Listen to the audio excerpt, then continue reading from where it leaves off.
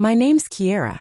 Ever since I can remember, the smell of engine oil and the sound of wrenches clicking on bolts was like a lullaby to me.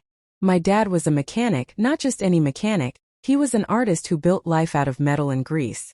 I spent most of my childhood in my dad's garage in Detroit, sitting on car hoods, listening to engines roar and learning. But when my dad got cancer and passed away, everything changed.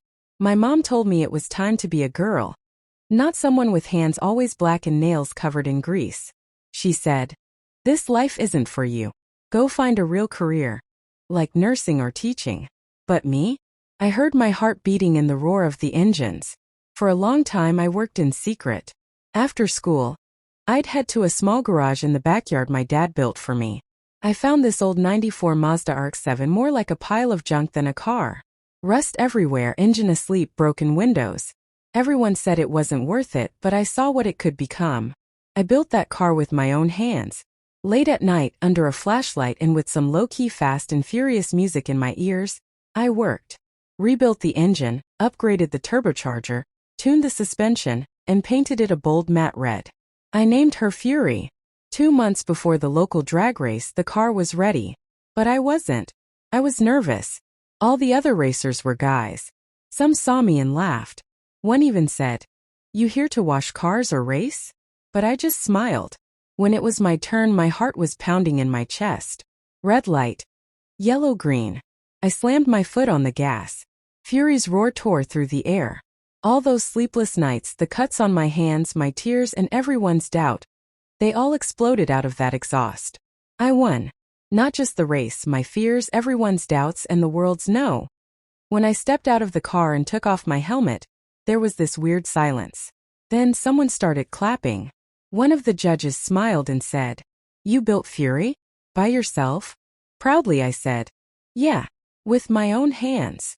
That night my mom showed up too. She just stood there, looked at me, tears in her eyes. She said, "Maybe I was wrong. You found your way." And I realized Fury wasn't just a car. Fury was my voice. After that race night, I thought it was all over. I won a race, earned a little respect, and Fury was resting under a cover in my driveway. But life had other plans. 3 days later I got an email from the same race judge. His name was Jason. It said, "Hey Kiera. I still hear Fury roaring in my head. Just wanted to say what you did was truly inspiring. If you ever want to learn more about racing engines, I work at Performance Garage. I'm here for you." At first, I thought it was just a professional courtesy. But when I checked out the garage's website, I saw it was only for pros, tuned cars, drivers with resumes and sponsors. I was none of those. But Jason believed I belonged. 2 weeks later I went to see him. I was so nervous I lost Fury's keys 3 times in my pocket. Jason smiled and said, "You brought her back to life. Seems like Fury was more than just a car to you, huh?"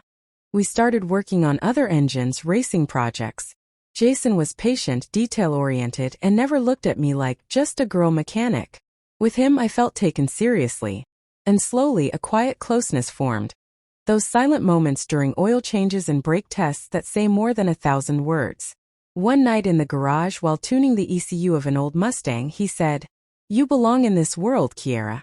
And honestly, from the first night I saw Fury, I wanted to know more about you. Not just because of the car. My heart skipped a beat. Not from race nerves this time. Something deeper. I smiled. I said, "Well, let's finish tuning the ABS brakes first. Then you can ask me anything you want." We stayed late that night. The garage smelled like burning rubber and was filled with silences that meant more than 1,000 words. Maybe love doesn't happen in crowded houses or bright parties. Maybe love happens under moonlight, on the cold body of a race car. And that night it happened to me. A few months after that night, life entered a whole new phase. It wasn't just me and Fury anymore. It was me, Fury, and Jason, a team. Performance Garage became like a second home. Jason helped me get Fury ready for a serious tournament. An official race in Texas, with drivers backed by big-name sponsors. But it wasn't that easy. The first challenge? The garage crew. Some of the old-timers saw me as just Jason's special project. One of them, Mark, a seasoned mechanic and racer, straight up said, "Don't think just 'cause you're tight with the boss, you're gonna be a champ overnight." Those words didn't seem to faze me on the surface, but late at night, lying alone under Fury, their weight crushed my shoulders. Jason tried to support me, but he was under pressure too. If I lost, if Fury's project failed, his own reputation was on the line. And just when we were gearing up for Texas, everything fell apart. One night, Fury's engine sounded off, this weird vibration. I realized there was a serious problem with the drivetrain. I grabbed the tuning manual and found out Mark had messed up the settings during a test. Fury wasn't just damaged. That mistake could have caused a crash. I confronted him. We argued, our voices echoing through the garage. Jason stepped in trying to mediate. But I shouted, "You said you had my back, but look at this. You can't even manage your own team."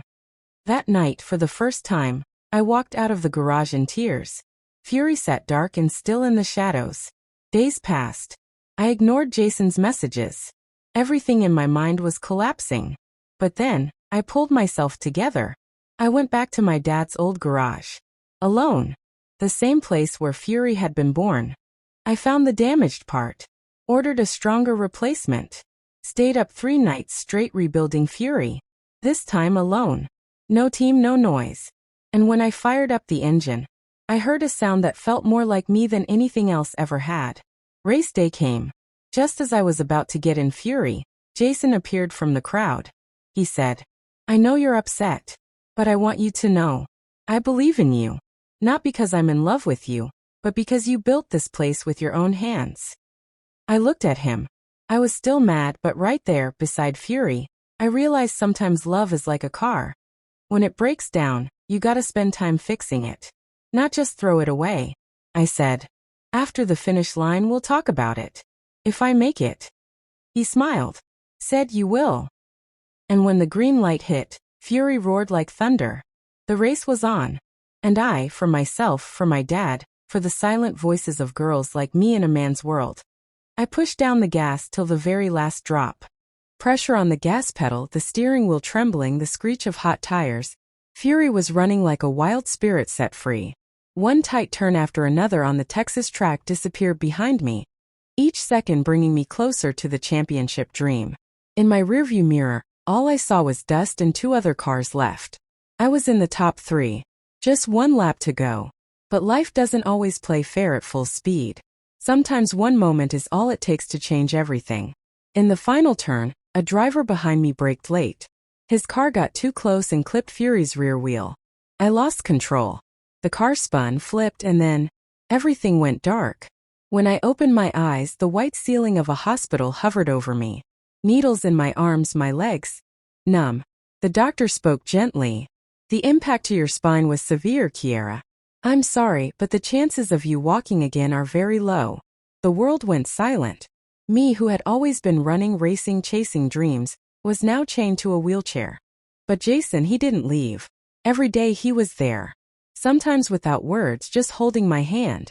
Sometimes talking about cars in a way that made me forget my broken body but not my unbroken spirit. One rainy night, he sat beside my bed and said, "You're still the same person who built Fury from scrap metal. Now it's time to rebuild yourself. And I want to be by your side. Forever." He pulled out a ring, simple, unflashy, but full of meaning. Tears silently fell. I said, "Are you sure? This life won't be easy." He smiled and said, "Nothing with you has ever been easy. And that's exactly what makes it beautiful." 6 months later, in a rebuilt garage on my dad's old lot, we opened our new garage. Fury Garage. A place for repair, tuning, teaching, and most importantly, inspiration. Now, in my wheelchair, I sit by my design desk drawing plans, teaching new students how to build cars and how to rebuild themselves. Fury no longer races, but it rests like a champion under the sunlight at the garage door. And me, Kiera, I'm more alive than ever. Because I've learned that speed isn't just on the track. It's in the heart. In the power to rise after you fall. My end was just where a new life began.